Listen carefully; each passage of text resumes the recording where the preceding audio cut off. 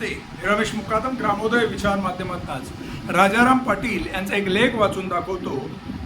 तो आवडला तर लाईक करा, सबस्क्राईब करा आणि फॉरवर्ड करा.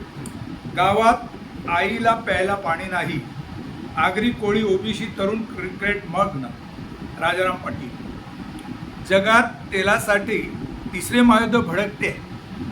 इस्रायल अमेरिका जागतिक आंतरराष्ट्रीय कायदे धाब्यावर बसून जगात युद्ध लादू पाहत आहे. लोकशाही आणि हुकुमशाही यातला फरक भारतीय पंतप्रधान मंत्रिमंडळ यांना कळेनासा झालेला आहे.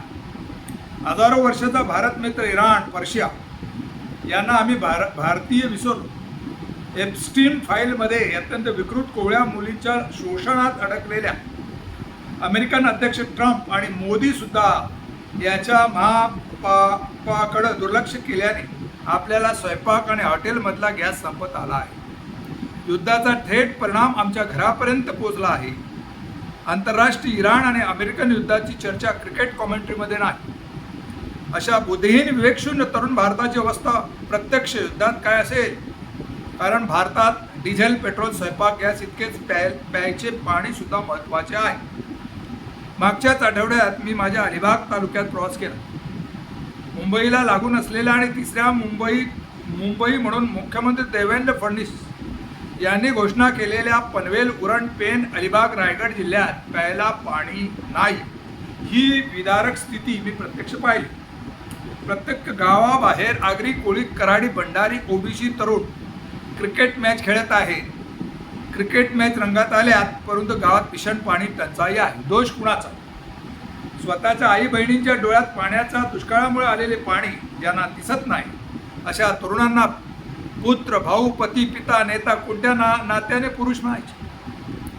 आज रायगड जिल्हा जिथे छत्रपती शिवाजींनी आपली राजधानी बांधली, समुद्राच्या पाण्याची भरती ओटी जाणणाऱ्या या आगरी, कोळी, भंडारी, सागरपुत्र, आरमारी राजाने जागतिक सत्ता असलेल्या इंग्रज, फ्रेंच, मोगल यांना सागरी आरमाराचा हिसका दाखवून समुद्रात बुडविले होते. हे मराठा आरमार नव्हते, हे सागरी ओबीसी, शूद्र, आगरी, कोळी, भंडारी आरमार होते. इथल्या ओबीसी तरुणांना घेऊन लढणारा रयतेचा राजा जमिनीवरच्या आणि समुद्रातल्या पाण्याबरोबर देशातल्या समस्त स्त्रियांच्या डोळ्यात पाणी येऊ नये, त्यांची इज्जत हीच राष्ट्राची शान आहे असा राष्ट्रवाद सांगून गावातल्या प्रत्येक जिजाऊ एकविरा यांच्यासाठी मैदान, तरुणांना रक्त चाडण्याची तानाजी मालुसरे आणि शिवा काशी धुण्याचा प्रोत्साहन करत होते. छत्रपती शिवाजींचे रयतेचे स्वराज्य बुडून आणलेले मनुवादी पेशवाई या मास म्हणजे आगरी, कोळी, कराडी, भंडारी, कुणबी या शूद्र लोकांना पाणी, जमीन, जंगल नाकारत होती. छत्रपती शिवरायांनी याची समाधी शोधून त्यांचा श्रीशूद्र अतिशूद्र विचार महाराष्ट्रात सांगणारे महात्मा ज्योतिबा फुले त्यांनी महाराष्ट्रात प्रथम पाहण्यासाठी विहीर आमचा शूद्र अतिशूद्र यांच्यासाठी मोकळ्या केल्या. शिक्षण ब्राह्मणमुक्त करून आमच्यासाठी स्त्री शिक्षणाची सुरुवात माता सावित्रीमाई यांच्याकडून केली. तेव्हा कुठे होती सरस्वती? याच सावित्री ज्योती फुले यांना आपले गुरु म्हणून भारताचे संविधानकार डॉक्टर बाबासाहेब आंबेडकर यांनी 14 तळे आंदोलन रायगड जिल्ह्यात चेतविले. निसर्गाचे, पावसाचे पाणी सर्व प्राणी, पक्षी आणि मानव यांचा नैसर्गिक अधिकार असताना त्यावर मनुस्मृती धर्माने केवळ ब्राह्मण, क्षत्रिय, वैश्य यांची हुकुमशाही लागू करणारा वैदिक ब्राह्मणी धर्म फाडून टाकणार शिवरायांचा मावळाच म्हणजे डॉक्टर बाबासाहेब आंबेडकर होते. त्यांना कोकणात साथ देणारे आरमारी मावळे म्हणजे आगरी, कोळी, भंडारी, ओबीसी तरुण होते. हा आमचा इतिहास आहे. आज याच रायगड जिल्ह्यात पाण्याचा दुष्काळ सुरू झाला आहे. तरुण गावाबाहेर क्रिकेट खेळत आहेत. त्यांना घरातला प्रश्न कळत नसेल तर इराण, अमेरिका, तेल प्रश्न कसा कळणार? परंतु युद्ध भारताच्या समुद्र किनाऱ्याजवळ पोहोचले आहे. इराणची नौदल लढाऊ जहाज अमेरिकेने जागतिक युद्ध नियम मोडून श्रीलंकेजवळ बुडविले. आमच्याकडे पाहुणे म्हणून आलेल्या इराणच्या लोकांना मदत नाकारणे भारतासाठी लाजिरवाणची गोष्ट आहे. कुठे गेले अतिथी देवो भव? एप्स्टीन फाईल या जागतिक लफड्यात पूर्ण अडकले आपले पंतप्रधान यावर बोलू शकत नाही. परंतु देशाला धोका आहे हे आम्ही ओबीसी तरुणाने ओळखलेच पाहिजे. या युद्धामुळे पेट्रोल, डिझेल, स्वयंपाक गॅस याचा तुटवडा दिसू लागलेला आहे. महागाई भडकते आहे. लोकसभेत चर्चा सुरू झाली. रायगडची आगरी, कोळी ग्रामसभा गावकी यावर चर्चा करणार की नाही?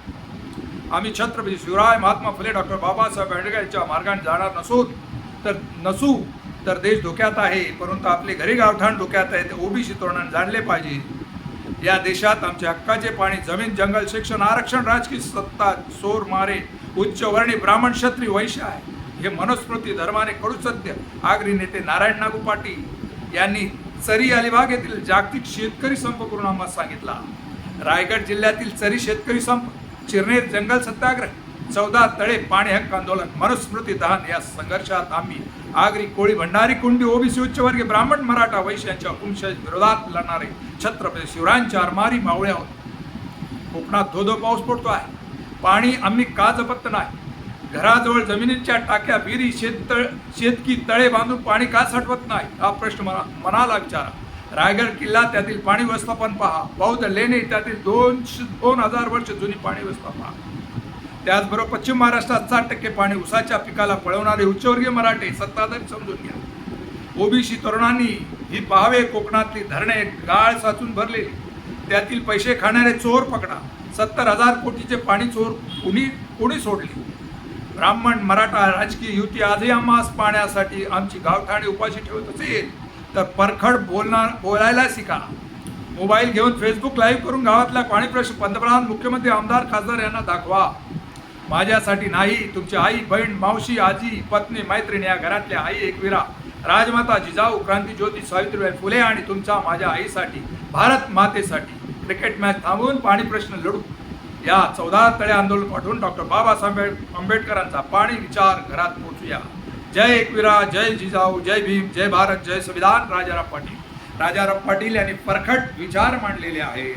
आता आगरी, कोळी, कुणबी, बहुजन समाजाने राजाराम पाटील यांच्या विचारावर पुढे आला पाहिजे आणि आपला गाव आणि गावठाण वाचवण्यासाठी एकत्र आलं पाहिजे. या संदर्भात आपली भूमिका काय? कमेंट्स करा आणि माझा व्हिडिओ आवडला तर लाईक करा, सबस्क्राईब करा आणि फॉरवर्ड करा. जय हिंद, जय महाराष्ट्र, जय भारत.